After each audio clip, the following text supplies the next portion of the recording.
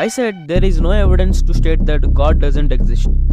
And I also said there is no direct evidence to prove the existence of God. Then how can we discuss God without any evidence of his existence?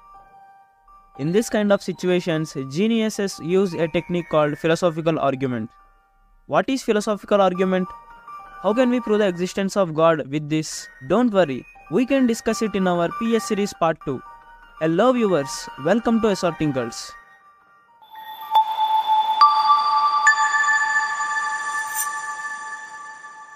Do not forget to like the content. Only then the YouTube algorithm will share this video to new users. When we observe or study anything that happens in nature, it is called philosophy. For example, when an object falls from above, if we ask what is the reason for it to fall down, why it is falling down every time, why doesn't it go from bottom to top, some of these questions made Mr. Newton develop a heavy concept of gravitation. Not only the gravitation, physics, chemistry, biology, mathematics, even social.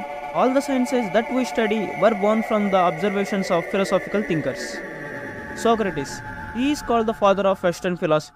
This philosophy was well developed in the time of ancient Greek. To propose any theory in philosophy, we make some logical statements, we call them premises. With some of these premises, we develop an argument and come to a conclusion from it. If there are any flaws in that theory, anyone can counter them.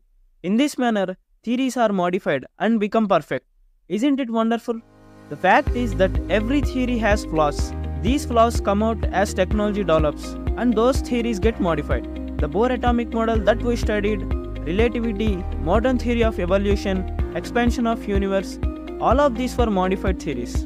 Why can't we use such philosophy to learn about God? Without further ado, a person from Italy named Thomas Aquinas, a theologian and philosopher who wrote a book in the 13th century. He named it Summa Theologica.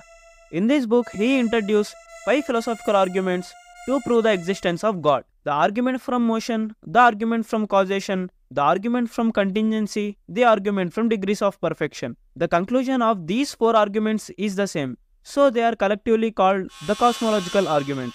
I will explain this Cosmological Argument with a simple example. I asked a person for a 1 rupee coin.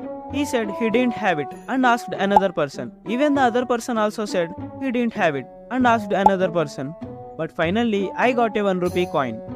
Based on the above example, to get a 1 rupee coin for me, someone must have it. He should give that to another person, that person to another person. Otherwise, the rupee will not come into my hands. In this way, the first person who gave the rupee, we call him unmoved mover, first cause, necessary being. This can be applied to our universe as well. For the universe to begin, an unmoved mover is needed, a first cause is needed, a necessary being is needed. Then only our universe does exist. That's it. It's so simple. It's an argument in the name itself. So how is it possible if there is no counter to it? Let's see some counter arguments to understand the above arguments. This may be our assumption that universe must have a starting point. What if the universe has no starting point? What if the universe is eternal? This is also possible, right? There's a flaw in this argument. If the universe is eternal, do we even exist in the present? I will explain this with the above example. If there are an infinite number of persons along with me, the rupee will never come into my hands.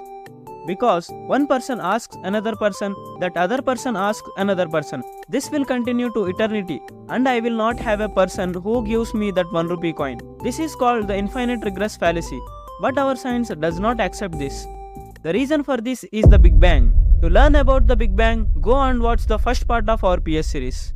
The Big Bang has knocked down this infinite regress fallacy and proved that the universe has a starting point. Okay, let's agree that the universe has a starting point.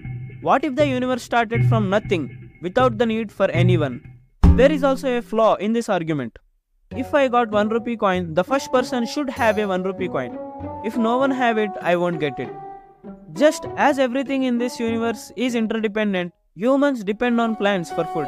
Plants depend on sunlight, carbon dioxide for photosynthesis. And the sun depends on its core for producing sunlight. This interconnectedness suggests that the universe itself is a dependent entity. Something dependent cannot have originated from nothing. It must have depended on an independent being. Have you noticed one thing? I said there are totally 5 arguments. We have only completed 4. Let's see the 5th one. Teleological argument. If I put some building blocks in a white bag and shook them vigorously, and then a structure came out, who would believe that? Not only you, but no intelligent person would believe it. Because for this structure to form, building blocks had to be used. But for it to become like this, there must be a design and its execution. Just like that, from the smartphones we use and the cars we drive, everything has a design. And there must be a designer behind this design to bring it into existence. This same logic applies to our universe as well. Our universe is unimaginably big, but the galaxies within it, the stars and the planets revolving around them all function in a certain order. Similarly, living organisms on Earth also have very complex structures and functions.